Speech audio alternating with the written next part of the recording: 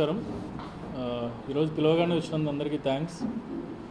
ఇవాళ press మీట్కి main ఉద్దేశం ఏంటంటే గత నెల రోజులుగా పొలిటికల్ గెయిన్స్ కోసం మా మీద, అవినాష్ గారి మీద అర్థం లేని ఆరోపణలు చేస్తూనే ఉన్నారు. దీనికి తప్పక రెస్పాండ్ అవ్వాల్సి వచ్చింది. బేసిక్గా ఈ కేసులో మెయిన్ కుట్ర స్టార్ట్ అయింది ఎప్పుడైతే మర్డర్ జరిగిన రోజు నుంచి కుట్ర స్టార్ట్ అయింది. అది ఫైనల్గా పాయింట్ దేనికి వచ్చిందంటే ఈ ఎలక్షన్ల కోసమే. అంతే. ఈ ఎలక్షన్ల కోసం అవినాష్ గారిని కానీ పార్టీని కానీ డిఫేమ్ చేయాలని మెయిన్ ఈ అలిగేషన్ స్టార్ట్ అయినాయి. సో వాళ్ళ టార్గెట్ రీచ్ అయ్యేసరికి అలిగేషన్స్ మరీ ఎక్కువైపోయింది. దీన్ని ఎందుకు అలిగేషన్స్ అంటున్నాను, ఆధారాలు లేవంటున్నానంటే, మీరు సిబిఐ ఛార్జ్షీట్ వేసినప్పటి నుంచి గమనిస్తే ఒక్క దస్తగిరి స్టేట్మెంట్ తప్ప మా నాన్నగారిని కానీ, భాస్కర్ రెడ్డి గారు కానీ, అవినాష్ రెడ్డి గారిని కానీ ఎత్తి చూపడానికి ఒక్క ఎవిడెన్స్ లేదు. ఒక్క ఛార్జ్షీట్ తప్ప, ఒక ఛార్జ్షీట్లో దస్తగిరి స్టేట్మెంట్స్ తప్ప ఒక్క ఎవిడెన్స్ కూడా మా మీదకి చూపించలేకపోయారు. వాళ్ళు ఒక ఎవిడెన్స్ కూడా కలెక్ట్ చేయలేకపోయినారు. ఎగ్జాంపుల్, గూగుల్ టేక్అవుట్ అన్నారు. గూగుల్ టేక్అవుట్ని ఎవరు కన్ఫర్మ్ చేయాలి? ఎనీ ఎవిడెన్స్ ఆ కంపెనీ అథెంటికేట్ చేయాలి ఇది కరెక్ట్ అని. గూగుల్ ఇంతవరకు అథెంటికేట్ చేయలేదు. ఎవిడెన్స్ కరెక్ట్ కాదని వాళ్ళకు తెలుసు, వీళ్ళకి తెలుసు. అందుకు ఫైనల్గా గూగుల్ టేక్అవుట్ని కూడా ఎవిడెన్స్లా కూడా చూపించలేకపోతున్నారు వాళ్ళు. ఇంకా ఈ దస్తగిరి స్టేట్మెంట్లో అదొక్క ఆధారాన్ని, దస్తగిరి స్టేట్మెంట్ ఒక్కడినే పట్టుకొని మా మీద ఊరికి అలిగేషన్స్ చేస్తున్నారు. ఆయన చెప్పిందే మళ్ళీ చెప్పి సునీత కానీ, షర్మిల గారు కానీ ఆ దస్తగిరి చేసిన ఆరోపణలే పదే మీడియా ముందు చెప్పడము, వాటిని నిజం చేయాలన్న ఆలోచనలో ఉన్నారు వాళ్ళు. అసలు ఆ ఇన్వెస్టిగేషన్లో దస్తగిరి అనే వాడిని ఎంత పావలా వాడుకున్నారో, వాడితో సిబిఐ ఎంత లావుచాడి ముందే ఒప్పందం చేసుకుందో, సునీత ముందే దస్తగిరితో ఎలా ఒప్పందం చేసుకునేది కొంచెం క్లియర్గా మీకు ఎక్స్ప్లెయిన్ చేస్తాను. సో దస్తగిరి అనే వ్యక్తి ఎలా అప్రూవల్గా మాడారు అంటే, ఇది ఒక పెద్ద కుట్రే జరిగింది దీని వెనకాల.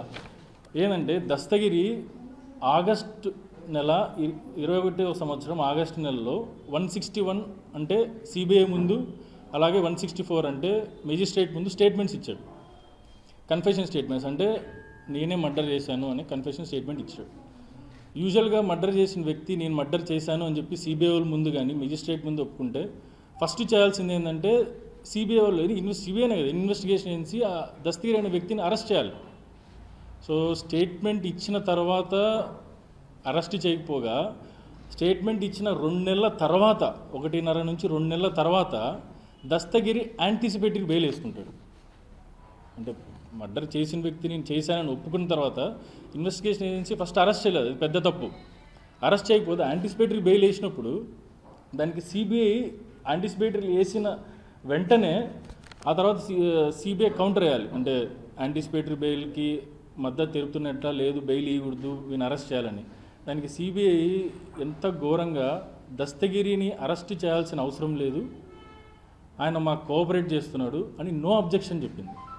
సో యాంటిసిపేటరీ బెయిల్ వేసుకుంటే సిబిఐ కానీ సునీత కానీ అబ్జెక్షన్ చెప్పలేదు, ఒక మర్డర్ చేశానని ఒప్పుకున్న వ్యక్తిని.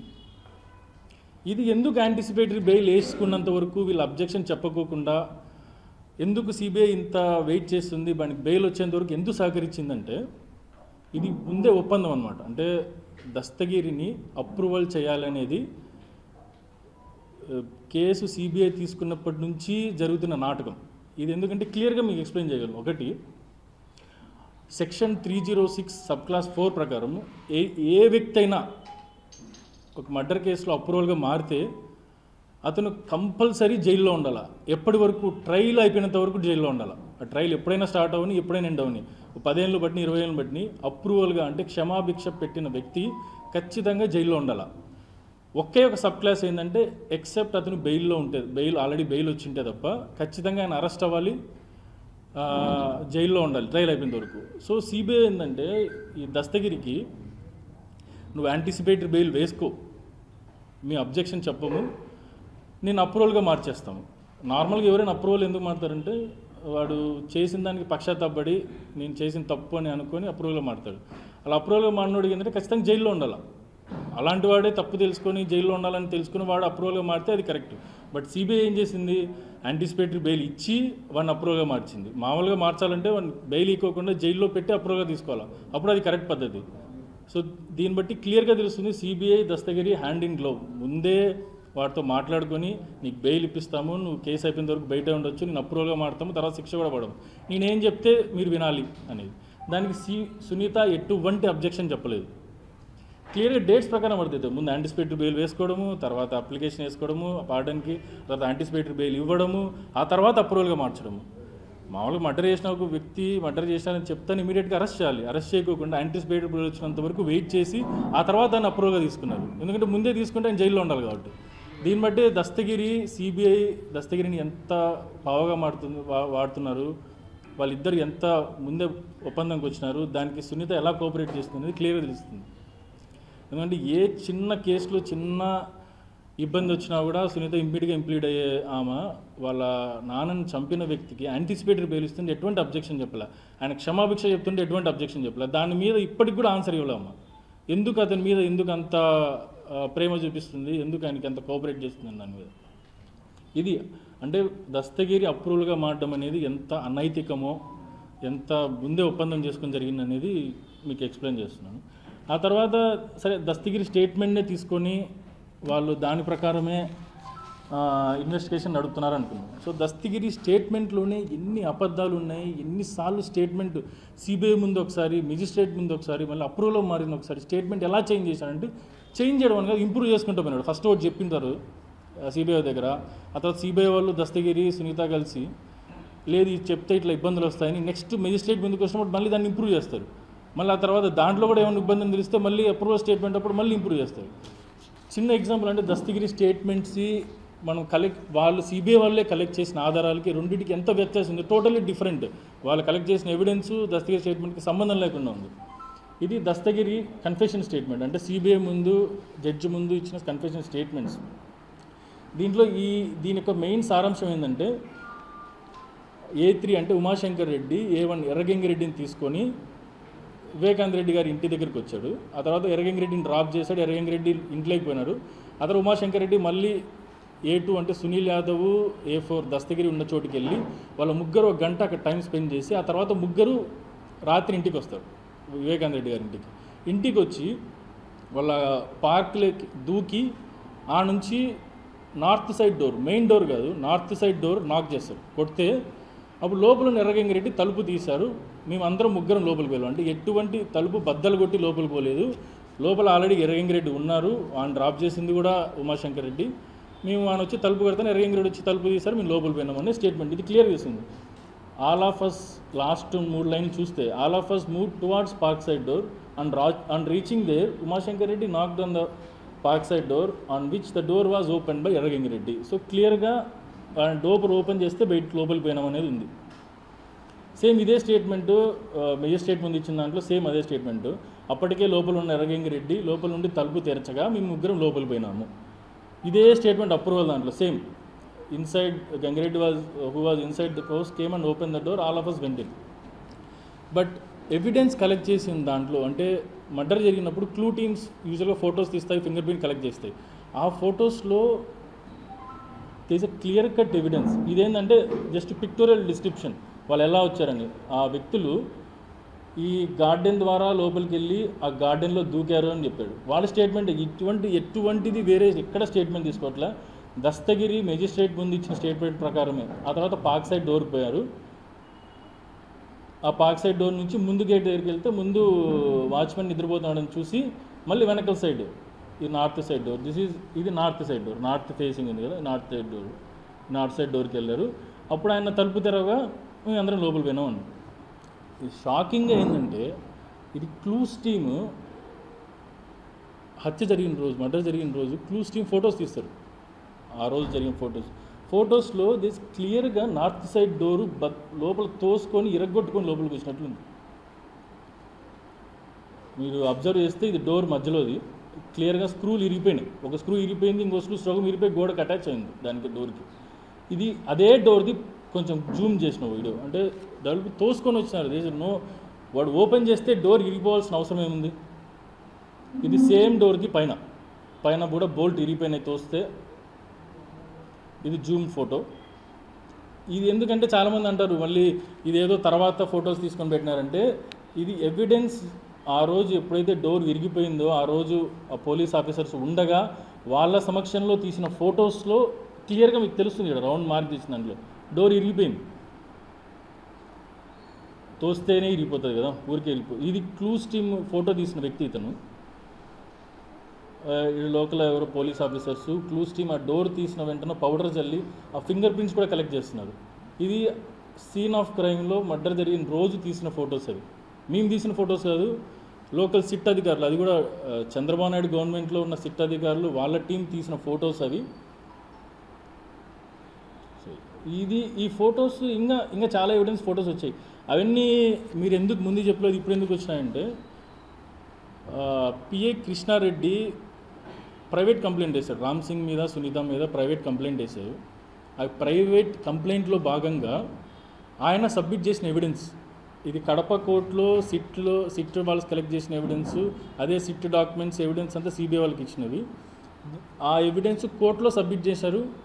నేనేం ఊరికే ఏదో ఫొటోస్ చూపించి ఇవే అని ఫోటో చెప్పాను. ఆ photos was sent to forensic lab.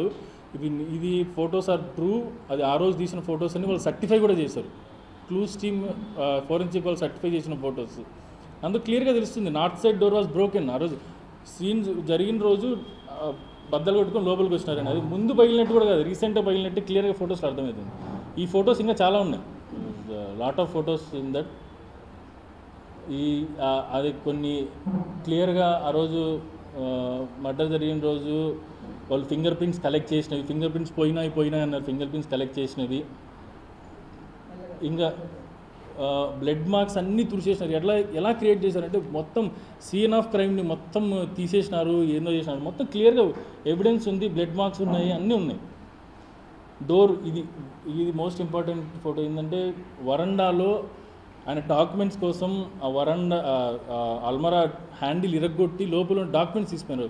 ఇది క్లియర్ కట్ ఎవిడెన్స్ ఆ రోజే బ్రేక్ చేసినట్టు. ఆ బ్రేక్ అయిన పీసెస్ కూడా కింద పడి ఉన్నాయి. అదే ఎవిడెన్స్ కలెక్టెడ్, నేను చెప్పేది కాదు, సిట్లో ఎవిడెన్స్ ఉంది. Same evidence was given to CBI ఏంటంటే ఎదర్ వాళ్ళకి తెలియనట్టు యాక్ట్ చేస్తున్నారో, లేదంటే సునీత కూడా తెలియనట్టు యాక్ట్ చేస్తున్నారో, ఆ ఎవిడెన్స్ని కావాలని మిస్ప్లేస్ చేస్తారో తెలియదు. Evidence clearly there. అంటే ఇవన్నీ నార్మల్ ఫొటోస్. రక్తం మరకలు ఉన్నవి, లోపల బాత్రూంలో మరకలు ఉన్నవి. ఎవిడెన్స్ పోయింది అనేదానికి like clear cut evidence. But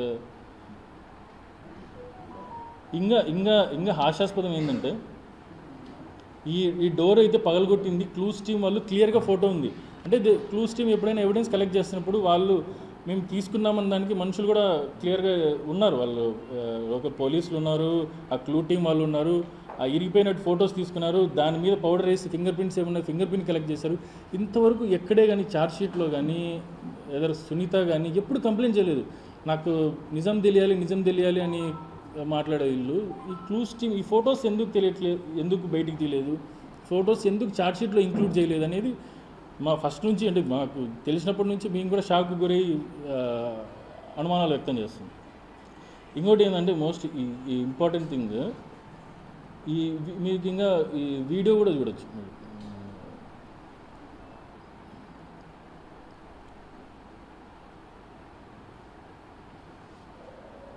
అంటే కొందరు ఇప్పటికి కూడా ఫాల్స్ అని చెప్తారు, ఎందుకంటే మనం చెప్పలేము. తెలిసే ఇది కరెక్ట్ 30 టీవీ ఛానళ్ళు తీస్తా. ఇది టీవీ, ఇది మెయిన్ డోరు. ఇది ఆ రోజు మర్డర్ జరిగిన రోజు తీసింది క్లియర్గా. ఇప్పుడు టీవీ దాంట్లో కూడా మీరు ఇప్పుడు అబ్జర్వ్ చేస్తే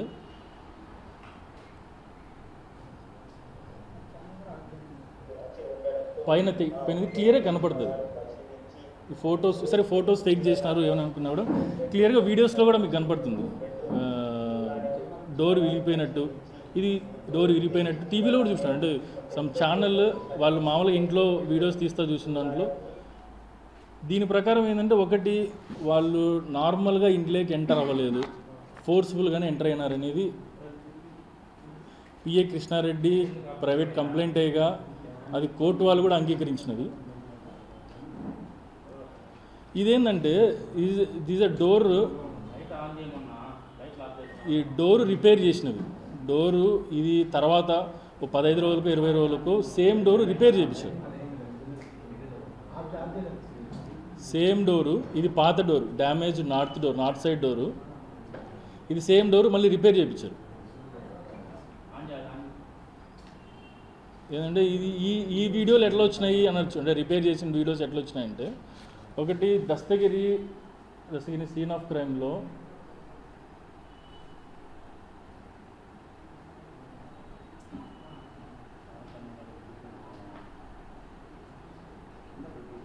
ఈ దస్తగిరిని సీన్ రీక్రియేషన్ చేయడానికి మళ్ళీ ఇంట్లోకి తీసిపోయినారు. సో దాంట్లో క్లియర్గా తెలుస్తుంది మీకు, అంటే ఇది పాత బోల్టు, బ్రాస్ పాత డోరు, అది నీట్గా రిపేర్ చేయించినాడు. పగిలిపోయిన తర్వాత రిపేర్ చేయించి ఇది కొత్తది, ఇది క్లియర్గా కనపడుతుంది. కొత్త డోరు పైన బోల్ట్ వేయించినాడు, కింద కూడా కొత్తది వేయించినాడు ఇరిగిపోయినట్టు. అంటే వాళ్ళు క్లియర్గా డోర్ ఇరిగిపోయింది, దాన్ని రిపేర్ కూడా చేయించుకున్నారు వాళ్ళు. సిబిఐ వారు నేరస్తులకు పోయినప్పుడు ఆ సీన్ ఆఫ్ క్రైమ్లో తీసిన ఫొటోస్, ఈ ఫొటోస్ అన్నీ సిబిఐ వాళ్ళు కేసులో ఇన్వాల్వ్ అయిన అందరికీ హార్డ్ డ్రైవ్ ఇచ్చారు రీసెంట్గానే. ఆ దీంట్లో ఉన్న ఎవిడెన్స్ అవన్నీ.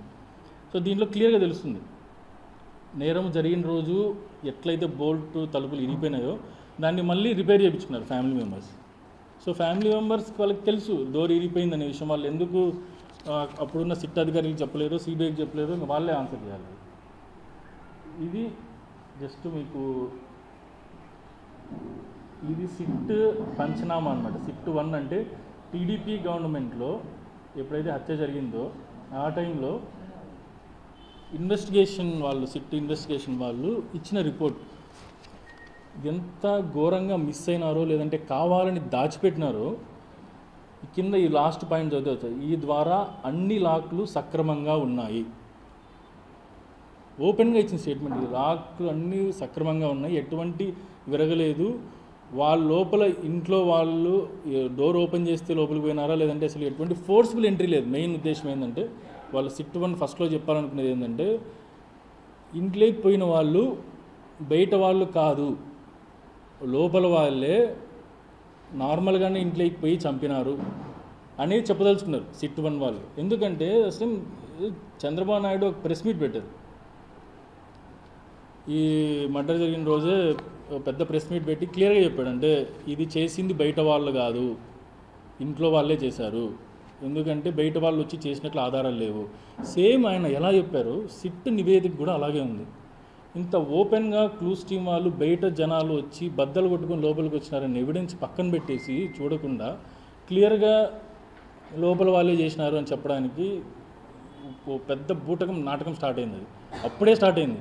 అప్పుడైతే ఏ నాటకం స్టార్ట్ అయిందో సిబిఐ వాళ్ళది కూడా అదే కంటిన్యూ అయిపోయింది. దానికి తగ్గట్టు దస్తగిరి అనే వ్యక్తిని వాడుకోవడము, దానికి స్టోరీ క్రియేట్ చేయడము, లోపల ఎవరో వ్యక్తి ఉన్నట్లు, ఏవన్ ఎర్రగంగిరెడ్డి లోపల ఉన్నాడు, మేము బయట ఉన్నాము, మేము వస్తానే తలుపు తీసినాడు, ఇది క్లియర్గా తలుపు బద్దలు కొట్టుకుని లోపలికి వచ్చిన ఎవిడెన్స్ ఉంది. సో దస్తగిరి స్టేట్మెంట్లో ఇచ్చిన ప్రతి పాయింట్ ఫాల్స్. నేను స్టేట్మెంట్ దాటి మాట్లాడుకోలేదు, అంటే వేరే ఎవిడెన్సే లేదు. ఇది ఒక్కటే ఎవిడెన్స్ మా మీదకి చూపించడానికి, మేము చేసినామని చెప్పడానికి వాళ్ళ దగ్గర ఉన్న ఏకైక ఎవిడెన్స్. ఆ ఎవిడెన్స్లో ఎన్ని తప్పులు ఉన్నాయని ఇది ఫస్ట్, ఇది అంతే ఒక ఎవిడెన్స్, ఇది ఎంత ఘోరంగా చేసినారనేది. సేమ్ ఇదే నేను చెప్పాలనుకునేది మీకు రాబిస్తాను. ఈ ఎవిడెన్స్ మాకు ఎట్లా వచ్చిందంటే పిఏ వెంకటకృష్ణారెడ్డి సిట్ అధికారుల వాళ్ళ మీద, సిబిఐ మీద, సునీత మీద కేసు వేయగా వాళ్ళు కలెక్ట్ చేసిన ఎవిడెన్స్లో, పోలీస్ వాళ్ళు కలెక్ట్ చేసిన ఎవిడెన్స్లో అప్పుడు క్లూస్ టీమ్ తీస్తే అప్పుడు దొరికిన ఎవిడెన్స్ ఇవన్నీ వెరిఫైడ్, ఫోరెన్సిక్ వెరిఫైడ్, ఇవన్నీ కోర్టు పరిధిలో కూడా ఉన్నాయి, కోర్టు కూడా యాక్సెప్ట్ చేసింది. సో ఆశ్చర్యంగా సిట్ 1 పోలీసులు టీడీపీ గవర్నమెంట్లో ఉండగా మరి సిబిఐ వాళ్ళు ఇంత కేర్ఫుల్గా సిబిఐ వాళ్ళు 3 ఏళ్ళు ఇన్వెస్టిగేషన్ చేసినారు. ఈ ఎవిడెన్స్ ఎందుకు తీసుకోలేదు, ఈ ఎవిడెన్స్ మీద ఎందుకు చేయలేదు, అసలు డోర్ ఎలా వెలిగింది అనేది కనీసం ఒక ఛార్జ్షీట్లో కాకపోతే 2వ ఛార్జ్షీట్లోనో 3వ ఛార్జ్షీట్లోనో చెప్పాలి కదా, డోర్ ఎట్లా విరిగింది అనేది. సో దీని ద్వారా ఏంటంటే వీళ్ళ స్టోరీనే టోటల్ స్టోరీ, అసలు ఎర్రగంగిరెడ్డి లోపల ఉన్నాడు, లోపల నుంచి తలుపు తీసినారనేదే మెయిన్ ఫాల్స్ లాగా అనిపిస్తుంది. లోపల లోపల ఎవరో ఉండి తలుపు తీసింటే పోయినామన్నారు. లోపల ఉన్న వ్యక్తి ఎవరు? ఎర్రగంగిరెడ్డి ఉన్నారు లోపల, ఆల్రెడీ తీసిడే వెళ్ళండి. దీంట్లో క్లియర్గా తెలిసింది లోపల తీస్తే పోలేదు, తోసుకొని పోయినారు తలుపుని అని. సో దాని ప్రకారం అసలు లోపల ఎర్రగంగిరెడ్డి ఉన్నారో లేదో కూడా డౌట్ వస్తుంది. దీంట్లో మెయిన్ ఏంటంటే ఈ డోర్ విరిగిపోయింది, దాన్ని మళ్ళీ ఫ్యామిలీ మెంబర్స్ బాగా చేయించారు. ఎందుకంటే వాళ్ళ ఇంట్లో పనిచేసే వాళ్ళందరినీ ఒక 20 రోజులు కస్టడీలో పెట్టుకున్నారు పోలీసు వాళ్ళు, జైన్ 2లోనే ఎక్కడ పెట్టుకున్నారు. సో ఓన్లీ వాళ్ళ ఫ్యామిలీ మెంబర్స్ మాత్రమే ఉన్నారు, రెడ్డి సునీతను రాజశేఖర్ వాళ్ళ ఫ్యామిలీ మెంబర్స్ మాత్రమే ఉన్నారు. వాళ్ళు డోర్ రిపేర్ కూడా చేయించుకున్నారు. రిపేర్ చేయించుకున్నప్పుడు ఆ సిట్ వాళ్ళకి ఎందుకు కంప్లైంట్ చేయలేదు? సిట్ వాళ్ళు సరే వాళ్ళ మీద నమ్మకం లేదు, సిబిఐ ఇన్వెస్టిగేషన్ టేక్ ఓవర్ చేసినప్పుడు అప్పుడన్నా ఎవిడెన్స్ చెప్పాలి కదా. ఒక 40 పేజీలు 50 పేజీలు స్టేట్మెంట్లు ఇచ్చినారు, ఒక 20 సార్లు 30 సార్లు సిబిఐ వాళ్ళని గెలిచినారు, ఇది ఎందుకు చెప్పలేదు అనేది ఎన్ని అనుమానాలకు దారితీస్తుంది.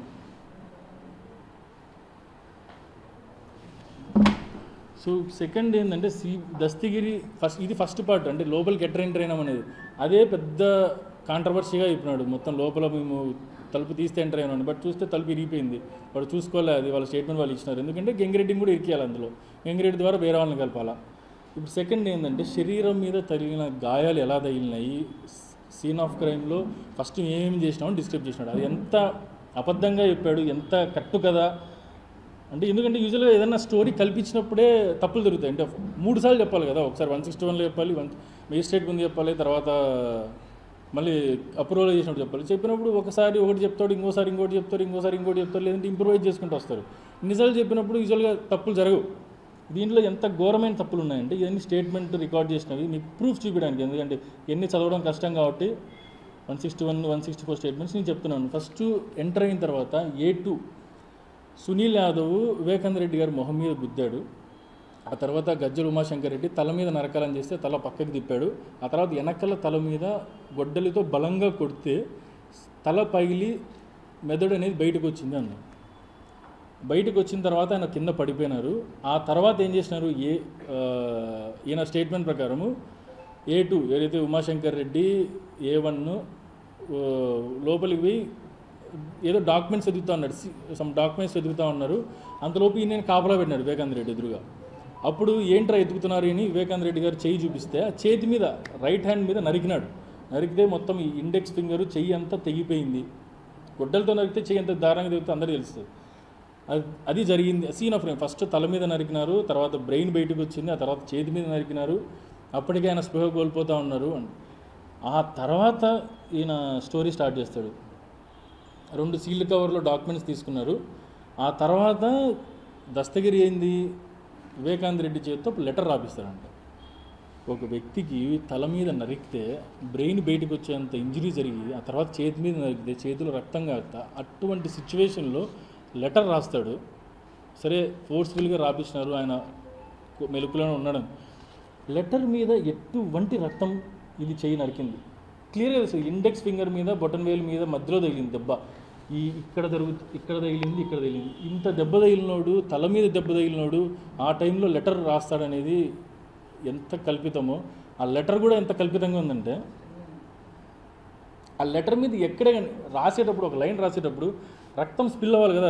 అంటే చంపిన తర్వాత గడ్డ కట్టిన తర్వాత వెయిట్ చేసి లెటర్ రాపిరు కదా. చేతి మీద నరికిన తర్వాత ఇమీడియట్గా రాపిస్తారన్న 5-6 నిమిషాల్లో. రక్తం లీకే కానీ లేదు. ఈ కింద రక్తం కూడా ఆ లెటర్ కింద పడడం వల్ల ఆయన రక్తంలో కొంచెం తడిచి కింద రక్తం తగిలింది. ఇంత క్లియర్గా అసలు రక్తమే లేదు లెటర్ మీద, పైన అంత నీట్గా రాస్తారు మొత్తం. చేతి మీద దెబ్బ నరికిన తర్వాత అసలు ఎట్లయినా హ్యూమన్గా పాసిబుల్ ఇది? ఒక వ్యక్తిని తల మీద నరికి, చేతి మీద నరికి, ఆ తర్వాత రక్తం గారుతుండగా లెటర్ రాస్తే లెటర్ మీద రక్తం మరకలు ఉండవు. లెటర్ కూడా రాస్తాడు అసలు ఆ వ్యక్తిని. ఎట్లా హ్యూమన్గా ఏదైనా పాసిబుల్ అనేది కూడా ఆలోచించాలి. ఇంకోటి మోస్ట్ ఇంపార్టెంట్ థింగ్ ఏంటంటే ఈ కేసులో 2 ఎవిడెన్స్. ఒకటి, వాచ్మెన్ అనే వ్యక్తి డైరెక్ట్గా నలుగురిని చూసినాడు అని చెప్తాడు. A1 to A4 వచ్చినారు, మర్డర్ చేసినారు, చూసినారని. ఆ వాచ్మెన్ చెప్పిన స్టేట్మెంట్స్కి దస్తగిరి చెప్పిన స్టేట్మెంట్స్కి అసలు సంబంధమే లేదు. వాచ్మెన్ ఒకటి చెప్తాడు, తర్వాత దస్తగిరి మేము ఎట్లా పోయినామనేది వేరే రకంగా చెప్తాడు. సో దీనికి కూడా అవసరం లేదు. స్టేట్మెంట్ ప్రతి పాయింట్, ఫస్ట్ పాయింట్ ఎంటర్ అయింది తప్పు చెప్పినాడు, ఆ తర్వాత ఎట్లా నరికినాము, లెటర్ ఎప్పుడు రాసినామంటే ఆ సీన్ మొత్తం తప్పు చెప్పినాడు.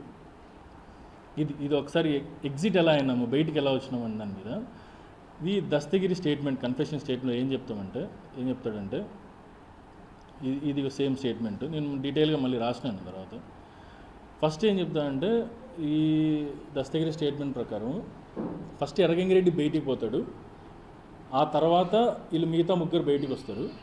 వచ్చిన వెంటనే వాచ్మెన్ చూసి ఎవరు మీరు నడిస్తే వీళ్ళ ముగ్గురు పారిపోతారని రాసినాడు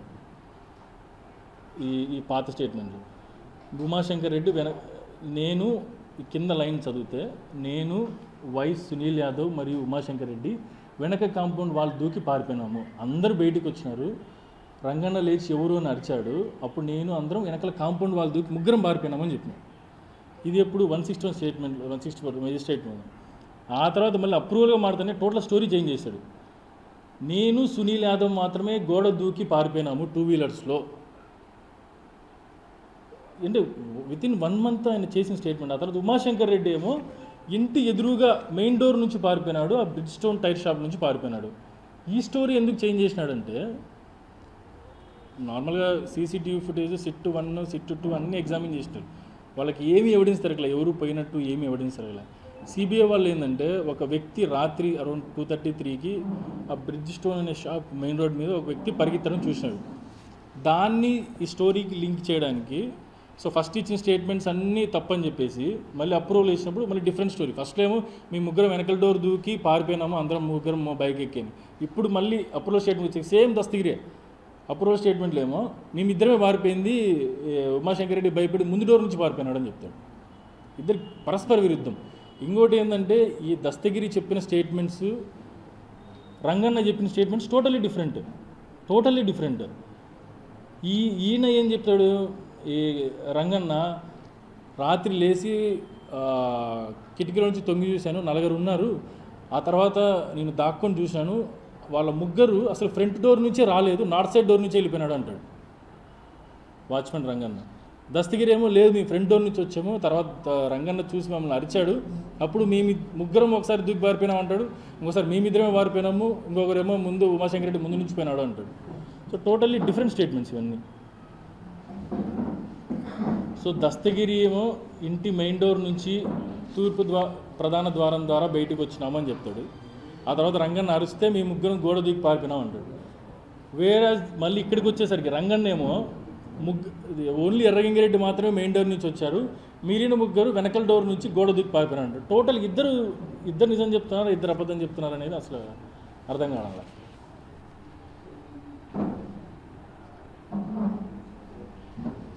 ఇంకోటి సిబిఐ వాళ్ళు ఆన్సర్ చేయాల్సిన క్వశ్చన్ ఏంటంటే, సేమ్ ఈ లాకులు ఎట్లా ఇరిగిపోయినాయంటే ఫోర్స్ఫుల్ ఎంట్రీ ఎలా జరిగింది, లోపల ఎవరున్నారు అనేది ఇప్పటికీ చెప్పట్లే. ఫస్ట్ సీన్ ఆఫ్ క్రైమ్కి ఎట్లా వచ్చినారంటే, A3 ఉమాశంకర్ రెడ్డి ఎర్రగంగిరెడ్డిని బైక్లో ఎక్కించుకొని వస్తాడు. అక్కడ దింపేసిన తర్వాత ఎర్రగంగిరెడ్డి మళ్ళీ వాళ్ళ దగ్గర పోతాడు. మళ్ళీ ఎగ్జిట్ అయ్యేటప్పుడు అంటే సీన్ ఆఫ్ క్రైమ్ నుంచి పోయేటప్పుడు అదే బైకు ఉమాశంకర్ రెడ్డి సునీల్ యాదవ్ వేసుకొని పోయినాడు అంటాడు. మళ్ళీ అసలు ఎర్రగంగిరెడ్డి అనే వ్యక్తి ఇంటికి ఎలా పోయినాడు, వాళ్ళ ఇల్లు ఆడో పులివెందుల మధ్యలో ఉంది. సో వివేకానంద రెడ్డి గారి ఇంటి నుంచి ఎర్రగంగిరెడ్డి వాళ్ళ ఇంటికి పోతే సీసీటీవీ ఫుటేజ్లో ఎందుకు రికార్డ్ అవ్వాలా? నార్మల్గా ఒక చిన్న సీసీ ఫుటేజ్ పట్టుకొని ఉమాశంకర్ రెడ్డిని ఇరికిచ్చారు. సో ఎర్రగంగిరెడ్డి ఎందుకు పోలేదు? సో ఇంత టోటల్ స్టేట్మెంట్సే రాంగ్. అసలు ఇవన్నీ చూస్తుంటే ఎర్రగంగిరెడ్డి అనే వ్యక్తి అసలు సీన్ ఆఫ్ క్రైమ్కి వచ్చినాడా, ఆ రోజు మర్డర్ జరిగిన రోజు రాత్రి ఉన్నాడా అనేది ఎన్నో అనుమానాలు వస్తున్నాయి. ఇంకోటి ఏంటంటే సీన్ ఆఫ్ క్రైమ్లో ఒక 5 వేలి ముద్రలు దొరికినాయి. ఇంతవరకు ఆ 5 వేలి ముద్రలు ఈ అక్యూజ్డ్ A1 to A4కి ఎవరికి మ్యాచ్ అవ్వాలా, మిగతా అక్యూజ్డ్కి మ్యాచ్ అవ్వాలా, ఆ సీన్ ఆఫ్ క్రైమ్లో ఉన్న వాళ్ళకి మ్యాచ్ అవ్వాలా. టోటల్లీ అనువాదాస్పద వేలి ముద్రలు 5 ఎవరో ఇప్పటివరకు సిబిఐ చెప్పాల. సో ఇవన్నీ చూస్తుంటే అసలు లోపల డోర్ తీయలేదంటే ఎర్రగంగిరెడ్డి ఉన్నారో లేదో డౌట్ వస్తుంది. ఎర్రగంగిరెడ్డి ఇక్కడ నుంచి ఇంటి వరకు నడుచుకుంటూ పోయినాడంటే సీసీటీవీ ఫుటేజ్ రికార్డ్ అవ్వలేదంటే అసలు ఎర్రగంగిరెడ్డి సీన్ ఆఫ్ క్రైమ్కి వచ్చినాడా లేదా అనే డౌట్ వస్తుంది. ఒకవేళ వచ్చింటే ఈయన 7 ముద్రలు కాకుండా మిగిలిన 5 వేలు ముద్రలు ఎవటి అంటే ఎర్రగంగిరెడ్డి కాకుండా ఇంకా ఎవరైనా ఉన్నారా, వాళ్ళ వేలు ముద్రలు ఎందుకు, దాని గురించి అసలు సిబిఐ వాళ్ళు మాట్లాడలేదు, వేలు ముద్రలు ఎందుకని ఇన్వెస్టిగేట్ చేయలేదు. సో దీన్ని బట్టి హంతకుడు దస్తగిరి తనతో వచ్చిన అసలు హంతకుల్ని దాచిపెట్టి ఎర్రగంగిరెడ్డి ఉమాశంకర్ రెడ్డి పేర్లు చెప్తున్నాడు అనేది క్లియర్గా అర్థమవుతుంది. ఇది డాక్యుమెంట్స్ గురించి. అంటే దస్తగిరి మొత్తం ఇచ్చిన స్టేట్మెంట్స్లో ఇప్పటికే సగం స్టేట్మెంట్ అంతా తప్పు. నెక్స్ట్ ఇచ్చిన స్టేట్మెంట్ ఏంటంటే డాక్యుమెంట్స్ గురించి. ఫస్ట్ 161 అంటే సిబిఐ వాళ్ళ ముందు 164 స్టేట్మెంట్స్ చెప్పినప్పుడు ఇక్కడ క్లియర్గా రెడ్ ఎంతో చేసిన వాళ్ళు దొంగలు ఇచ్చిన దస్తావేజులు ఏమిటో తనకు తెలియవని, వాటిపైన రౌండ్ సీల్ ఉండడం గమనించానని ఫస్ట్ చెప్తాడు మెజిస్ట్రేట్ ముందు. ఒక 2 నెలలకి అప్రూవల్ అయిన తర్వాత మళ్ళీ టోటల్ స్టోరీ చేంజ్. అప్రూవల్గా మారిన తర్వాత వాంగ్మూలంలో ఆ దస్తావేజులు బెంగళూరు ల్యాండ్ సెటిల్మెంట్ అని టోటల్గా చేంజ్ చేస్తాడు. ఫస్ట్ ఏమో మెజిస్ట్రేట్ ముందు స్టేట్మెంట్ ఇచ్చినప్పుడు స్వాన్ స్టేట్మెంట్, కన్ఫెషన్ స్టేట్మెంట్, ఆ డాక్యుమెంట్స్ ఏవో తెలియదు, ఎర్రంగిరెడ్డి వాళ్ళు వెతికారు, బట్ ఆ డాక్యుమెంట్స్ మీద రౌండ్ సీల్ ఉండడం మాత్రం చూశాను అని చెప్తాడు. మళ్ళీ దాన్ని ఓ నెల అయ్యేసరికి మళ్ళీ సేమ్ అదే కోర్టులో అప్రూవల్గా మారడం ముందు మళ్ళీ డిఫరెంట్ సార్. ఆ డాక్యుమెంట్స్ ఏవో తెలుసునాక బెంగళూరు ల్యాండ్ సెటిల్మెంట్ డాక్యుమెంట్స్. ఈ బెంగళూరు ల్యాండ్ సెటిల్మెంట్ గురించి సిబిఐ వాళ్ళు, మనం ఇన్వెస్టిగేషన్ కదా, సిబిఐ వాళ్ళు దగ్గర 20-30 మందిని ఇన్వెస్టిగేట్ చేసినారు. వాళ్ళ స్టేట్మెంట్స్ అన్నీ రికార్డ్ చేసినారు. వాళ్ళ స్టేట్మెంట్స్ అన్నీ అందరూ చదివినవే. ఆ స్టేట్మెంట్స్లో ఆ ల్యాండ్ సెటిల్మెంట్ అనేది బోగస్. ఆ ల్యాండ్ సెటిల్మెంట్లో రూపాయి డబ్బులు రాలేదు అని సిబిఐ నిర్ధారించింది. ఆ ల్యాండ్ సెటిల్మెంట్ వల్ల దానికోసం హత్య జరగలేదని సిబిఐ నిర్ధారించింది. ఆ ల్యాండ్ డాక్యుమెంట్స్ ఇంట్లో లేవని దానికి బిగ్గెస్ట్ సాక్ష్యం ఏంటంటే ఆ ల్యాండ్ ఆల్రెడీ యలహంక పోలీస్ స్టేషన్లో కేసులో ఉంది. 2013 నుంచి ఆ ల్యాండ్కి సంబంధించిన డాక్యుమెంట్స్ ఆ కేసులో పోలీస్ స్టేషన్లోనే ఉన్నాయి. బుద్ధున్నోడు ఎవడైనా ఒరిజినల్ డాక్యుమెంట్స్ ఆడు ఉన్నాయని ల్యాండ్ డీలింగ్స్లో ఉన్న వాళ్ళు, తెలిసిన వాళ్ళు ఆ డాక్యుమెంట్స్కి వెతుకుతారా? సో ఇప్పుడు అసలు బెంగళూరు ల్యాండ్ డాక్యుమెంట్స్ కాదు అన్నప్పుడు అసలు వాట్ ఈస్ దట్ డాక్యుమెంట్స్? అసలు డాక్యుమెంట్స్ కోసము హత్య చేసిన వాళ్ళు ఒక 20 నిమిషాలు 30 నిమిషాల డాక్యుమెంట్స్ కోసం ఎందుకు వెతికారు? ఆ డాక్యుమెంట్స్ని మళ్ళీ కన్ఫర్మ్ చేసుకొని ఎందుకు బయట పోయారు? అసలు ఆ డాక్యుమెంట్స్ ఏంటి అనేది పెద్ద డౌట్ వస్తుంది. అంటే టోటల్గా మొత్తం ఇదంతా కల్పిత స్టోరీ అనేది ఒకదానికి లింక్ లేదు. దస్తగిరి ఏం చెప్తున్నాడో ఫస్ట్ ఒకసారి చెప్తాడు, తర్వాత ఒకటి చెప్తాడు. ఈ స్టేట్మెంట్ మీద మమ్మల్ని ముద్దాయిలుగా చిత్రీకరించి సంవత్సరాలు జైల్లో పెడుతున్నారు. ఇదే స్టేట్మెంట్ మీద ఇవన్నీ ఆలోచించకుండా నర్రెడ్డి సునీత స్టేట్మెంట్స్ ఇవ్వడము, దాని మీద సింపతి గెయిన్ చేయాలనుకోవడము, పొలిటికల్ గెయిన్ చేయాలని తప్ప ఈ కేసులో ఎటువంటి ఆధారాలు లేవు. అసలు ఏంటి డాక్యుమెంట్స్ అంటే నార్మల్గా అంటే అలిగేషన్స్ కాదు. ఇదే సిబిఐ స్టేట్మెంట్స్ రికార్డ్ చేసినప్పుడు వివేకానంద రెడ్డి గారి సెకండ్ వైఫ్ షమీమ్ ఆ స్టేట్మెంట్లో చాలా క్లియర్గా చెప్పారు. వివేకానంద రెడ్డి గారు చనిపోవడానికి 2 నెలల ముందు నుంచి షమీమ్కి కొన్ని ఆస్తి రాపించాలని చెప్పి దానికి సంబంధించిన ఆస్తి పేపర్స్ వీలునామా షమీమ్ మీద రాయడానికి రెడీ చేస్తున్నారని షమీమ్ స్టేట్మెంట్ ఇచ్చింది. వాళ్ళ బంధువులు స్టేట్మెంట్ ఇచ్చినారు. సిబిఐ స్టేట్మెంట్లో వాళ్ళు రికార్డ్ చేసినారు. దాంతోపాటు వివేకానంద రెడ్డి తన క్లోజ్గా ఉన్న ప్రతి ఒక్కరికి చెప్తా ఉన్నాడు, నా 2వ భార్యకి నేను కొంచెం ఆస్తి రాపిస్తున్నాను అనేది దగ్గర క్లోజ్గా ఉన్న ప్రతి ఒక్కరికి చెప్పిన విషయమే. సో మోస్ట్ ప్రాబబ్లీ ఆ ల్యాండ్ డాక్యుమెంట్స్ ఏంటంటే ఆ ల్యాండ్ వాళ్ళ ఆస్తి సెకండ్ వైఫ్ రాపించిన డాక్యుమెంట్సే. ఆ డాక్యుమెంట్స్ దొంగిలించాల్సిన అవసరం ఎవరికి ఉంటుంది? ఒక్కసారి ఆలోచిస్తే ల్యాండ్ డాక్యుమెంట్స్ దొంగిలించాల్సిన అవసరము ఒక ఫ్యామిలీ మెంబర్స్కి, సునీతకి, రాజశేఖర రెడ్డికి తప్ప, నరెడ్డి రాజశేఖర రెడ్డి తప్ప ఎవరికి ఉండదు. వేరే శక్తికి అసలు దొంగిలించాల్సిన అవసరమే లేదు. సో టోటల్ ఈ డాక్యుమెంట్స్ది డోర్ పగలగొట్టుకుని పోయినది, ఈ దస్తగిరి స్టేట్మెంట్స్ ఎట్లా మారుస్తున్నాడు అనేది, దస్తగిరి స్టేట్మెంట్కి ఐ విట్నెస్ చేసిన స్టేట్మెంట్కి సంబంధం లేకుండా ఇదంతా కుక్కడప్ స్టోరీ, కొత్త స్టోరీ క్రియేట్ చేస్తారు. దాని మీద సిబిఐ ఛార్జ్ షీట్ వేయడమే బూత్. దాని మీద మళ్ళీ సింపతి గెయిన్ చేయడానికి అదే పదాలు వాడి జనాల మైండ్లో ఒక ఏదో ఘోరం చేశాడు, క్రూరం చేశాడని మైండ్ క్రియేట్ చేస్తున్నారు.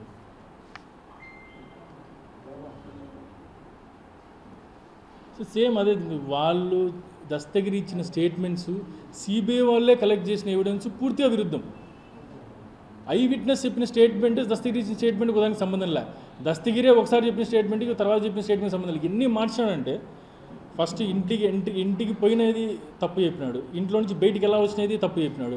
ఆ డాక్యుమెంట్స్ ఏంటంటే బయటికి వచ్చిన డాక్యుమెంట్స్ ఫస్ట్ ఏమో డాక్యుమెంట్స్ గురించి తెలియదు, రౌండ్ సీల్ వేసిన తర్వాత ఏమో క్లియర్గా సిబిఐ వాళ్ళు ప్రాంప్ట్ చేశారో లేదంటే సునీత 2 నెలలు కూర్చోబెట్టి ప్రాంప్ట్ చేసిందో క్లియర్గా చెప్తాడు. మళ్ళీ డాక్యుమెంట్స్ ఇవి కాదు, ల్యాండ్ సెటిల్మెంట్. ఎందుకంటే ల్యాండ్ సెటిల్మెంట్ మీద దోసేస్తే ఆ డాక్యుమెంట్స్ పక్కకి వెళ్ళిపోతుంది. డాక్యుమెంట్స్ ఒరిజినల్గా డాక్యుమెంట్స్ ఏదంటే ఆస్తి డాక్యుమెంట్స్ అవి బయటికి రాకూడదు. సో మళ్ళీ ఆ స్టేట్మెంట్ ఇంప్రూవైజ్ చేస్తారు. ఈ వివేకానంద రెడ్డి వెంట ఉండే ఎర్రగంగిరెడ్డి మరియు ఎర్రగంగిరెడ్డిని ఎందుకు ఈ సీన్ ఆఫ్ క్రైమ్లోకి లాగారంటే నాన్నని కానీ శివశంకర్ రెడ్డి గారిని కానీ భాస్కర్ రెడ్డి గారు కానీ అవినాష్ రెడ్డి కానీ ఈ కేసులో ఇన్వాల్వ్ చేయాలంటే అక్యూజ్డ్ గంగిరెడ్డితో A4 అంటే దస్తగిరితో కానీ A2 A3తో కానీ వీళ్ళెవరు ఇంతవరకు వాళ్ళు కలిసినట్టు కానీ కాంటాక్ట్ అయినట్టు వీళ్ళెవరో కూడా తెలియదు. సో ఒక వ్యక్తి వీళ్ళకి అటాచ్ అయిన వ్యక్తిని కేసులోకి తీసుకోవాలా, దాంతో ఎర్రగంగిరెడ్డిని తీసుకున్నారు. ఎర్రగంగిరెడ్డి వైసీపీ పార్టీకి పనిచేస్తారు. ఆయనకి శివశంకర్ రెడ్డి గారికి ఏదో ఫోన్స్ ఉంటాయి, ఆ ఫోన్ సంబంధించినతో లింక్ చేస్తా ఎంత స్టోరీ కుకప్ చేయడానికి ఎర్రగంగిరెడ్డిని ఇరికిచ్చారు. ఎర్రగంగిరెడ్డి తర్వాత నానని ఎంత పెద్ద స్టోరీ డ్రామాలు అన్నారు. ఇది ఆర్టీవీ విలేకరుతో ఒక స్టింగ్ ఆపరేషన్ చేసినారు. ఆ స్టింగ్ ఆపరేషన్లో వీడియో ఉన్నట్టు తెలియకుండా ఎర్రగంగిరెడ్డి క్లియర్గా చెప్పినాడు. దాంట్లో నర్రెడ్డి రాజశేఖర్ గారు తెలుసు ఏం చేశాను నేను అని క్లియర్గా చెప్పాడు. అంటే వీడియో లింక్ ఉంది, బట్ ఇట్స్ లాంగ్ వీడియో.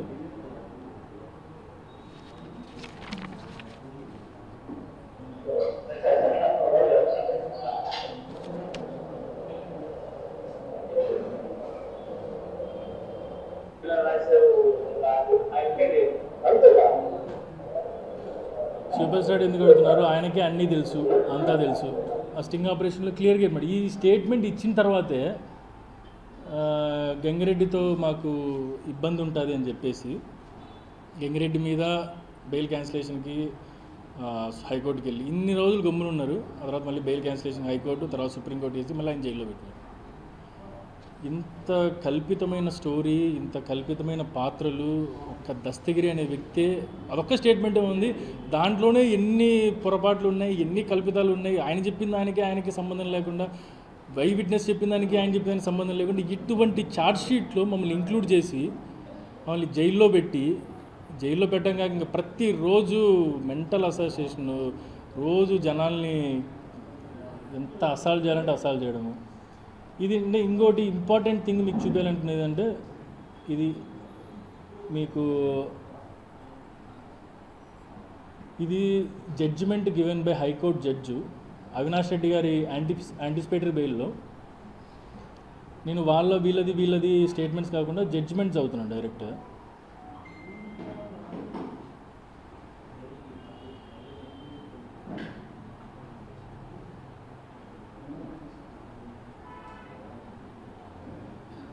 జడ్జిమెంట్లో దీంట్లో కూడా జడ్జి క్లియర్గా సిబిఐ వాళ్ళని అడుగుతాడు. Judicial confession was recorded subsequent to the recordment of statement under 161. Still అప్పటికి కూడా ఎందుకు A4 when chargesheet was file recover అయినప్పుడు కూడా ఎందుకు A4ని అరెస్ట్ చేయలేదు అని చెప్పేసి జడ్జి సిబిఐ వాళ్ళని క్వశ్చన్ అడుగుతాడు. నేను అడిగిందో ఎవరు అడిగిందో జడ్జి సిబిఐ వాళ్ళని అడుగుతాడు ఎందుకు అరెస్ట్ చేయలేదు. దాంట్లో ఏంటంటే ఫస్ట్ సిబిఐ స్టేట్మెంట్లో దస్తగిరి ఏంటంటే ఫస్ట్ 164 స్టేట్మెంట్లో లార్జర్ కాన్స్పిరెన్సీ గురించి మాట్లాడతా. అసలు లార్జర్ కాన్స్పిరెన్సీలో మీ వెనకాల ఎవరు ఉన్నారంటే ఎర్రగంగిరెడ్డి చెప్తారు మా వెనకాల చాలామంది ఉన్నారండి. అప్పుడు మళ్ళీ దస్తగిరి అడుగుతారంట ఎవరు ఉన్నారంటే ఫస్ట్ స్టేట్మెంట్లో ఓన్లీ నాన్న పేరు చెప్తాడు, శివశంకర్ రెడ్డి గారి పేరు మాత్రమే చెప్తాడు. మళ్ళీ సెకండ్ స్టేట్మెంట్కి వచ్చేసరికి శివశంకర్ రెడ్డి, మళ్ళీ అవినాష్ రెడ్డి, భాస్కర్ రెడ్డి అని మళ్ళీ పేరు వాడతారు, మళ్ళీ యాడ్ చేస్తారు. ఇవన్నీ ఆయన స్టేట్మెంట్స్ ఒకదానికి లింక్ లేకుండా ఉంది.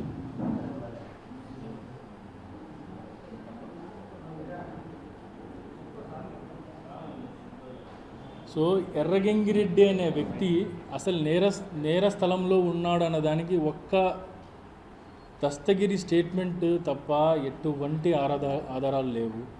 అట్లాంటప్పుడు ఎర్రగంగిరెడ్డి మమ్మల్ని తీసుకొని మేము డీల్ చేసినామంటే మా తర్వాత అవినాష్ రెడ్డి గారిని, తర్వాత భాస్కర్ రెడ్డి గారిని ఇరికించానంట. టోటల్ స్టోరీనే కల్పితం ఇదంతా.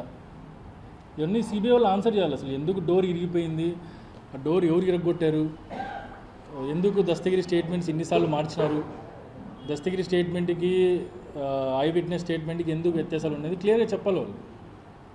సో ఫైనల్గా నేను ఏం చెప్పాలనుకున్నా అంటే సిబిఐ వారు ముందున్న పరిష్కారం ఏంటంటే వాళ్ళు తమ ఇన్వెస్టిగేషన్లో చేసిన పొరపాట్లు కానీ మిస్టేక్స్ కానీ యాక్సెప్ట్ చేసి ఇప్పుడు కేసులో ఉన్న అమాయకుల్ని వదిలేసి అసలు ముద్దాయిల్ని వెతుక్కోవడం స్టార్ట్ చేయాలి. Thank you.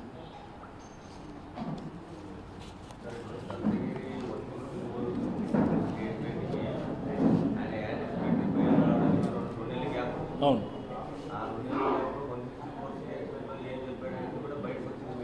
అవును ఏది ఎందుకు ఆరోపణ చేయలేదు? 164 స్టేట్మెంట్ 161 స్టేట్మెంట్లో అబ్జర్వ్ చేస్తే ఎక్కడే కానీ అవినాష్ రెడ్డి గారి పేరు కానీ భాస్కర్ రెడ్డి గారి పేరు కానీ నాన్న పేరు కానీ ఎక్కడ తీలా, జస్ట్ హియర్స్ ఎవిడెన్స్. ఎర్రగంగిరెడ్డిని అడిగితే మీ వెనకాల ఎవరు ఉన్నారంటే మా వెనకాల పెద్దవాళ్ళు ఉన్నారు అంటే ఎవరు అని అడగా ఓన్లీ నాన్న పేరు చెప్పినాడు ఫస్ట్ 164 స్టేట్మెంట్లో. ఆ తర్వాత ఎప్పుడైతే ఆయనకి యాంటిసిపేటరీ బెయిల్ వచ్చి యాంటిసిపేటరీ బెయిల్ వీళ్ళు శాంక్షన్ చేసిన తర్వాత మళ్ళీ అప్రూవల్గా మారిన స్టేట్మెంట్లో మళ్ళీ వీళ్ళందరి పేర్లు చెప్పినారు. అప్పటి వరకు మా పేర్లే లేవు దాంట్లో. అవును, కోర్టులో కేసు వేసినారు కదా. మీడియా ముందు మాట్లాడాల్సిన అవసరం లేదు. కోర్టు పరిధిలో ఉన్నప్పుడు మీడియా ముందు మాట్లాడాల్సిన అవసరం మాకు లేదు. మేము ఇంకా కోర్టులో న్యాయం జరుగుతుందని ఆడుకుంటున్నాం. బట్ మీడియా ముందు మాట్లాడాల్సిన అవసరం వస్తుంది అంతే. ఫస్ట్ కూడా కోర్టులో కేసు వేసినాం, ఇది తప్పని చెప్పి స్టేట్మెంట్ కాదని చెప్పి మేము వెళ్ళి సిబిఐకి మా స్టేట్మెంట్స్ చెప్పినాం, ఇవన్నీ తప్పని చెప్పేసి. కోర్టులో ఈయన యాంటిసిపేటరీ బెయిల్ రావడం తప్పు, 306 అప్రూవల్ కావడం తప్పని కోర్టులో మా అమ్మ పేరు మీద అప్లికేషన్ వేసినారు. ఆ తర్వాత భాస్కర్ రెడ్డి గారి పేరు మీద అప్లికేషన్ వేసినారు. అవి వీళ్ళు లోకల్ స్టాండ్ లేదంటే మళ్ళీ పిఏ కృష్ణారెడ్డి కోర్టులో కేసు, అవన్నీ కోర్టులో ఉన్నాయి, ఇంకా సుప్రీంకోర్టులో పెండింగ్లో ఉంది. అనుమానం కాదు, వాళ్ళు చేసిన ఫస్ట్ దస్తగిరి చెప్పిన ప్రతి పాయింట్ తప్పే. లోపల మేము తలుపు తీస్తే లోపల పోయినామనేది తప్పు, క్లియర్గా తలుపు పగలగొట్టున్నారు. అதாவது ఎర్రగంగిరెడ్డి లోపలికి వచ్చినారనేది అసలు అది కరెక్ట్ కాదు తెలియదు. ఎందుకంటే ఎర్రగంగిరెడ్డి బయటకు వచ్చి ఆ నుంచి వాళ్ళ ఇంటికి నడుచుకుంటా పోయినాడా తెలియదు, ఎట్లా పోయినాడో తెలియదు, కారులో వచ్చినాడా, కారులో పోయినాడా, ఎవరికైనా ఫోన్ చేస్తే కారు వచ్చిందా తెలియదు. అట్లా పోతే సీసీటీవీ ఫుటేజ్లో రికార్డ్ అవ్వాలి కదా. ఒక చోట కాకుండా ఊరంతా తిరిగి ఇంటికి పోతే పొద్దున ఇంట్లో ఉన్నాడు ఆయన, పొద్దున ఇంటి నుంచి వచ్చినాడు. సో నైట్ వాళ్ళ పోస్ట్ మార్టం రిపోర్ట్ ప్రకారం మడ్డా జరిగింది అరౌండ్ 12:30 to 2:30 మధ్యలో జరిగిందని ఇచ్చినాడు రైగర్ మార్టిస్ ప్రకారం. ఆ నుంచి రాత్రి పొద్దున 6 లోపు ఇంటికి పోయి ఉంటే పులివెందుల్లో ఒక్క సీసీటీవీ ఫుటేజ్లో రికార్డ్ అయిండాలి కదా, ఇది రికార్డ్ అవ్వాలి. అది దాని గురించి సిబిఐ ఎక్కడా ప్రస్తావించదు. సరే ఎవిడెన్స్ అంటే నేను మెయిన్ ఉద్దేశం ఏంటంటే ఎవిడెన్స్ అనేది లేదు, ఇట్స్ కుక్డ్ స్టోరీ. ఒక దస్తగిరి అనే వ్యక్తిని అప్రూవల్గా తీసుకోవడానికి ముందు ఆయనకి చాలా ఫెసిలిటీస్ ఇచ్చినారు, యాంటిసిపేటరీ బెయిల్ ఇప్పించినారు. సో బయట ఉంటాడు ఆయనకేం కాదు. ఇప్పుడు అలాంటి వ్యక్తి ఉంటే ఎన్నిసార్లు ఎంతమంది అయినా ఎన్ని మర్డర్లైనా చేయొచ్చు. మర్డర్ చేసేది యాంటిసిపేటరీ బెయిల్ ఇస్తారు, నీకేం కాదు, మళ్ళీ నువ్వు అప్రూవల్గా మారుతావు, నీ మీద శిక్ష పడదంటే ఎంతమంది ఎన్నిసార్లు చంపుతారు. చంపకపోయినా నేను చంపినా అని చెప్పుకొని వేరే వాళ్ళ మీద చెప్తాడు. అసలు జుడిషియర్గా ఏమన్నా పద్ధతి కాదు కదా ఇది.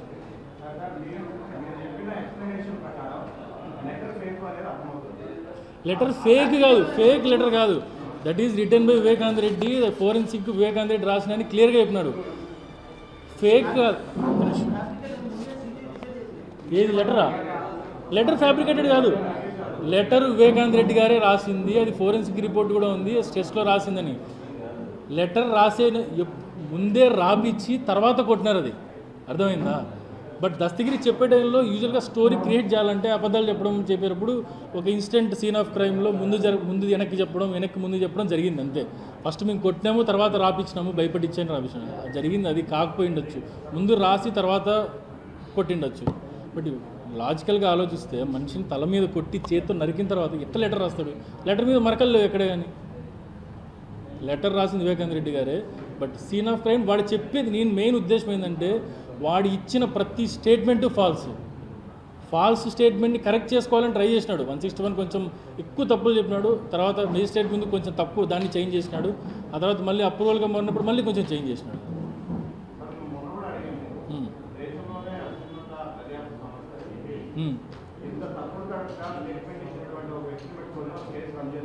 అవును,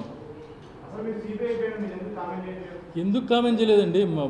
కేసు వేసి ఇన్వెస్టిగేషన్ ఫాల్స్ జరుగుతుంది, అప్రూవల్ తీసుకోవడం తప్పని 306 10 అప్లికేషన్లు వేసినాము. దానికి రెస్పాండ్ అయ్యి supreme court judge investigation officer total one side investigation చేస్తున్నారని ఇన్వెస్టిగేషన్ టీమ్ని మార్చమని చెప్తే మళ్ళీ సిబిఐ వాళ్ళు మళ్ళీ నెక్స్ట్ ఏం చేశారంటే ఓన్లీ ఇన్వెస్టిగేషన్ ఆఫీసర్ మానేసి కింద టీం మళ్ళీ సేమ్ పెట్టినారు. పోలీస్ మీడియా ముందు రాలేదు. అంటే మీరు అడుగుతుంటే తెలియకపోవచ్చు, అంటే నేను అది తెలియజేయడామని వచ్చా. చాలామందికి డౌట్ ఉంది, ఎందుకు ముందు నుంచి రావట్లేదు, ఇప్పటి నుంచి రావట్లేదు. ముందు నుంచి కేసు స్టార్ట్ అయినప్పటి నుంచి మేము లీగల్గా ఫైట్ చేస్తూనే ఉన్నాము, ఈ ఇల్లీగాలిటీస్ గురించి చెప్తూనే ఉన్నాము, కోర్టులో ఫైట్ చేస్తూనే ఉన్నాం. బట్ ఏంటంటే investigation is done by CBI. మనం ఎన్ని చేసినా ఫైనల్గా వాళ్ళే రిపోర్ట్ చేయాలా? అదే కదా మాకు అర్థం కాలే. మర్డర్ ఫర్ గెయిన్ అనేది క్లియర్ కట్ అండి. ఒక వ్యక్తి మర్డర్ చేసిన తర్వాత డాక్యుమెంట్స్ దొంగిలించారని వాడే స్టేట్మెంట్ ఇస్తాడు. ఆ డాక్యుమెంట్స్ ఏంటి అనేది ఫస్ట్ తెలియదు అంటాడు. ఆ తర్వాత ఏమో కొంచెం భయపడ్డారు, ఎవరు సిబిఐ వాళ్ళు భయపడ్డారో లేదా దస్తగిరి వెనకల నుంచి నడుపుతున్న సునీత భయపడిందో. ఫైనల్గా వచ్చేసరికి నెక్స్ట్ వచ్చేసరికి డాక్యుమెంట్స్ బెంగళూరు డాక్యుమెంట్స్ అని చెప్పేసి. అంటే ఎవడైనా ఫస్ట్ 5 నెలలు ముందు గుర్తుంటుందా, లేదంటే 5 నెలల తర్వాత గుర్తుంటుందా? గుర్తున్న స్టేట్మెంట్స్ అయితే ముందు గుర్తుంటుంది. 161లో గుర్తులేదు, సరే మేజిస్ట్రేట్ ముందు చెప్పినప్పుడు అప్పుడన్నా గుర్తుండాలి కదా. 2 సార్లు నాకు అసలు డాక్యుమెంట్స్ ఏంటో తెలియదు, రౌండ్ సీల్ మాత్రమే అనేది వాళ్ళు తీసుకునేప్పుడు చూశాను అంటాడు. గంటసేపు వెతికాము, ఆల్మారా పాల్గొట్టినాము అని. ఆ డాక్యుమెంట్స్ ఎందుకు తీసుకున్నారు, ఇది మర్డర్ ఫర్ గెయిన్ అనేది దాని మీద ఎందుకు ఇన్వెస్టిగేట్ చేయట్లేదు అనేది అసలు అర్థం కావట్లేదు. వాళ్ళు చెప్పిన ఆధారాలు ఏంటంటే ఎందుకు మోటివ్ అనేది మోస్ట్ ఇంపార్టెంట్. అంటే మా నాన్న మీద కానీ అవినాష్ గారి మీద కానీ భాస్కర్ గారి మీద what is the motive behind murder అనేది 2 మోస్ట్ వాళ్ళు చెప్పేది అంటే ఎంపీ టికెట్ కోసం, అంతే కదా. ఎంపీ టికెట్ కోసం అవినాష్ రెడ్డి కాకుండా ఎవరికైనా ఎంపీ టికెట్ వస్తుందేమో అని భయపడి అవినాష్ రెడ్డి గారు ఇక మర్డర్ చేయించారు. నాన్న మీద ఏంటంటే ఎమ్మెల్సీ ఎలక్షన్లో వివేకానంద 2017లో ఎలక్షన్ జరిగినాయి, అప్పుడు ఏదో వివేకానంద రెడ్డి గారు ఓడిపోయినారన్నారు. సో రెండింటికి జరిగింటే ఎంపీ టికెట్ ఎవరు ఇచ్చేది, వైఎస్ఆర్సీపీ కదా. వాళ్ళు ఎలక్షన్ టికెట్స్ ఎవరు డిసైడ్ చేస్తారు, పార్టీ అధ్యక్షుడు లేదంటే ఎలక్షన్ కమిటీ డిసైడ్ చేస్తుంది. వాళ్ళలో 5 మందిలో ఒక్కడన్నా పిలిచి విచారించినాడు, ఒక్క స్టేట్మెంట్ అన్నా తీసుకున్నారా? ఒక్కడి స్టేట్మెంట్ తీసుకోవాలి. వాళ్ళలో సునీత చెప్పింది టికెట్, దానికి తోటి రీసెంట్గా ఇంకో వ్యక్తి వచ్చి మాట్లాడుతున్నారు, టికెట్ నాకే రావాలనుకుని వివేకానంద రెడ్డి చనిపోయిన వ్యక్తి మాట్లాడలేడు. వీళ్ళు చెప్పేది నమ్మాలా? ఒక్క నిమిషం వీళ్ళు చెప్పేది నమ్మాలా? వాళ్ళు స్టేట్మెంట్ ఇచ్చినారు, టికెట్ నా కోసం రావాలని చెప్పి మా చిన్నాన్న కష్టపడ్డాడు, దానికోసం అది తెలిసి అవినాష్ రెడ్డి గారు నాన్న టికెట్ వాళ్ళకి రావాలని చెప్పేసి మాట్లాడు. దాన్ని ఎవరితో కన్ఫర్మ్ చేసుకోవాలా? మీరు నాకు అక్కడ తెలియకడుతున్నా, ఎవరితో కన్ఫర్మ్ చేసుకోవాలా? ఎలక్షన్ టికెట్లు ఇచ్చే కమిటీతో ఒక 5 మందో 6 మందో ఎలక్షన్ కమిటీ ఉంటారు కదా టికెట్ డిసైడ్ చేయడానికి. ఓ రోజు తర్వాత వాళ్ళని అడగాల. కడప జిల్లాలో ఎలక్షన్ టైంలో ఎవరికైనా డౌట్ ఉందా అవినాష్ రెడ్డి కాకుండా వేరే వాళ్ళు ఎంపీ అని? ఎవరికి లేదు డౌటు. వివేకానంద రెడ్డి వచ్చి ప్రచారం చేస్తున్నాడు మైదుకూరు ఎమ్మెల్యే గారిని రఘురామరెడ్డి గారిని పిలిచి ఇచ్చారు. ప్రచారం చేసేటప్పుడు ఏమైనా చెప్పినాడా, అవినాష్ రెడ్డికి ఓటేమని అడిగినారా లేదా? అది వాళ్ళు విచారిస్తే తెలుస్తుంది. అవినాష్ రెడ్డికి ఓటేమన్నారంటే క్లియర్గా హీఈస్ ఫేవరింగ్ అవినాష్ రెడ్డి అని. వాళ్ళని పిలిచి అడగల. చుట్టూ 100 మందిని ప్రచారం చేసినాడు, చుట్టూ 10 మంది ఉన్నారు, వాళ్ళని పిలిచి అడగల. ప్రచారం చేసేటప్పుడు ఏం చెప్పాడు, అవినాష్ రెడ్డికి ఓటు ఏమన్నారా, వేట్ ఏమని లేదా, అవినాష్ రెడ్డి గెలిపారని ప్రచారం చేసినాడు. చనిపోయే ముందు రోజు ప్రచారం చేసినాడు అవినాష్ రెడ్డి కోసం, ఇప్పుడు వచ్చి కొత్తగా స్టోరీలు చెప్తాడు ఎంపీ టికెట్ కోసం చేశాడు. ఎంత అనుమానంగా ఉంది అసలు.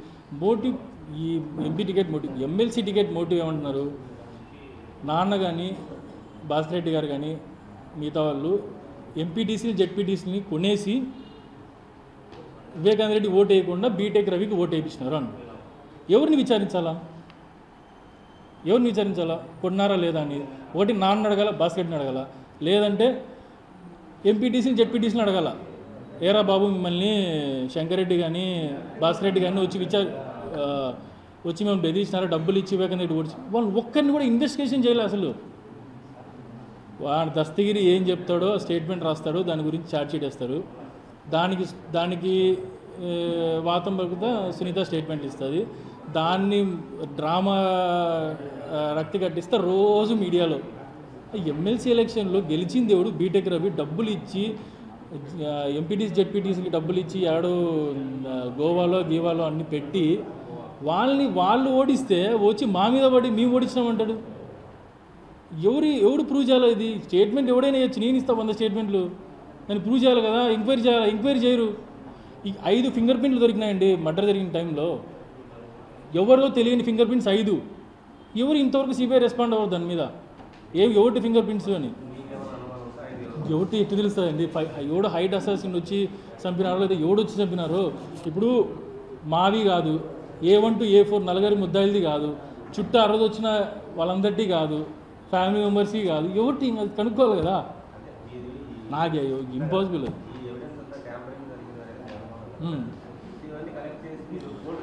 కోర్టుకి 100 సార్లు సబ్మిట్ చేసినాము. ఇప్పుడు కోర్టు అయినా అంటే కోర్టు వాళ్ళ పరిధిలో నుంచే ఆలోచిస్తుంది. ఎందుకంటే ఇన్వెస్టిగేషన్ చేసేటప్పుడు ఇన్వెస్టిగేషన్ ఏజెన్సీకి పూర్తి స్వేచ్ఛ ఇస్తారు కోర్ట్స్. ఎవరైనా సరే, లేదా సిబిఐ కానీ సిట్ కానీ ఏ పోలీస్ లోకల్ చేసినా వాళ్ళ ఇన్వెస్టిగేషన్ వాళ్ళు చేయనీలే. మాకు నాన్న మీద ఛార్జ్ షీట్ చేసి 3 సంవత్సరాలు అయింది. ఆ తర్వాత ఏమన్నా ఆధారాలు వస్తాయేమో, ఎవిడెన్స్ వస్తాయేమో అని కోర్టు వాళ్ళకి ఫ్రీ హ్యాండ్ ఇచ్చింది. ఫైనల్ ఛార్జ్ షీట్ వేశారు. ఫైనల్ ఛార్జ్ షీట్లో ఎటువంటి ఎవిడెన్స్ లేదు. ఆ ఫస్ట్ ఛార్జ్ షీట్లో ఏం చెప్పారు, ఇది ఏదో ఫ్యామిలీ స్టోరీ రాస్తారు ఫైనల్ ఛార్జ్ షీట్లో. ఛార్జ్ షీటా లేదంటే ఏంది అనేది అర్థం కాదు. ఆ స్టోరీ ఫైనల్ ఛార్జ్ షీట్ తర్వాత ది అప్రోచ్ కోర్ట్స్ ఇదంటే ఇవన్నీ కోర్టులు ట్రయల్లో నాకు తెలుస్తాయండి. ఖచ్చితంగా మాకు పూర్తి నమ్మకం ఉంది, మా మీద ఎటువంటి అభియోగాలు చేశారో అన్నీ ఫాల్స్ అని క్లియర్గా తెలుస్తాయి. ఒక్క ఎవిడెన్స్ లేదు, ఒక్క దస్తగిరి స్టేట్మెంట్ తప్ప. గూగుల్ టేక్అవుట్ అని చెప్పి 1 సంవత్సరం పాటు ఒక సెక్షన్ ఆఫ్ మీడియాలో రోజు చెప్పడము, వాళ్ళు చెప్పడము గూగుల్ టేక్అవుట్ లేదో సునీల్ యాదవ్ భాస్కర్ రెడ్డి గారు ఇంట్లో ఉన్నారని, మళ్ళీ వాళ్ళే ఫాల్స్ అని చెప్పారు. ఎందుకంటే ఆ టైమ్ లైన్స్ గ్రీన్విచ్ మీన్ టైంలో చేసాము, ఉండేది నైట్ కాదు మార్నింగ్ అని. Google takeout accuracies 1.8 kilometres in Pulivendula, ఎవరైనా పోయి చెక్ చేసుకోవచ్చు. నువ్వు 1.8 కిలోమీటర్ల పరిధిలో ఎక్కడైనా చూపించవచ్చు. ఇప్పుడు మీరే చెప్తున్నారు, ఇప్పుడు ఓలా బుక్ చేసిపోతారు, లేదంటే స్విగ్గీలో ఆర్డర్ పెడతారు, ఒకసారి మన ఇంటికి ఒకసారి ఇంకోరు ఎక్కడ ఉంది సార్ లొకేషన్ అక్కడ వస్తుంది అంటారు. ఇద్దరి మధ్య డిఫరెన్స్ 300 మీటర్లు ఉంటాయి వివేకానంద రెడ్డి గారి ఇంటికి బస్ రెడ్డి మీద. దాన్ని అవసరం తీసుకొని వాళ్ళ ఇంట్లో ఉన్నారని చెప్పాడు. దానికి గూగుల్ 65B ప్రకారం ఎవిడెన్స్ అథెంటిక్ అని చెప్పేసి గూగుల్ సర్టిఫికేట్ ఇస్తేనే that can be produce as evidence in court. Authentication ఇవ్వలేదు. సో ఫైనల్లీ ఎవిడెన్స్ కూడా సబ్మిట్ చేయలే వాళ్ళు, ఓన్లీ స్టేట్మెంట్ అంతే. దాన్ని పట్టుకొని వీళ్ళు ఇంకా రోజు ఇదే డ్రామాలు ఎన్ని రోజులని తట్టుకోవాలండి. 4 సంవత్సరాల నుంచి ఒక దస్తగిరి అనే వ్యక్తి స్టేట్మెంట్స్ ఇప్పుడే మీకు క్లియర్గా చెప్పండి. వాడు రాసిన ప్రతి లైన్ ఇంకా చూసుకుంటే 20-30 లైన్లు ఉంటాయి. ఇప్పటికే చిరాగ్గా ఉంది చెప్పడానికి కూడా.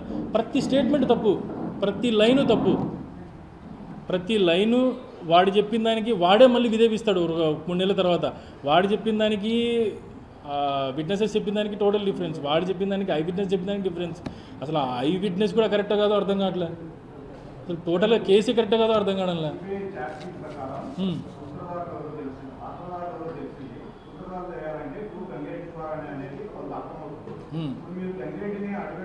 త్రూ గంగిరెడ్డి ఎందుకు ఆల్రెడీ A4 స్టేట్మెంట్ ఇచ్చినాడు కదా. గంగిరెడ్డిని డిఫెండ్ చేయడం కాదు, సాక్ష్యాలు మాత్రమే చెప్తున్నా. గంగిరెడ్డి ఒకటే డౌట్ వస్తుంది. అవును, ఇప్పుడు క్లియర్గా మీకు ఎక్స్ప్లెయిన్ చేశాను కదా గంట సేపు. లోపల నుంచి గంగిరెడ్డి తలుపు తీసినారు అన్నాడు, తలుపు బద్దలు కొట్టుకొని వచ్చినారు.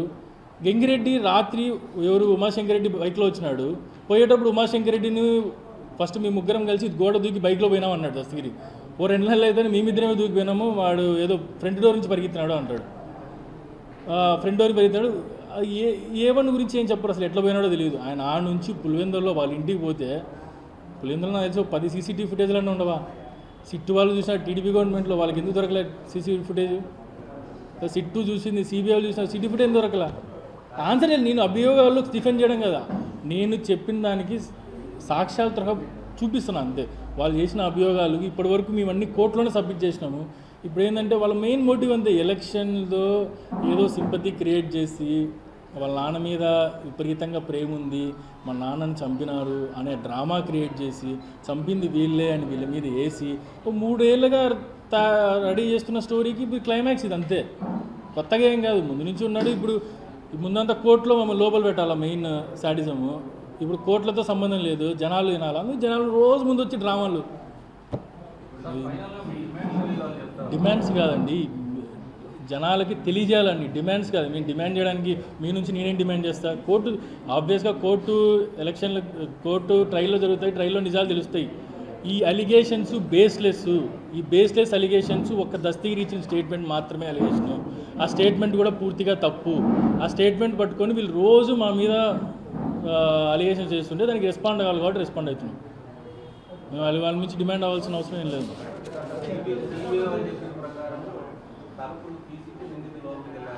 అవును,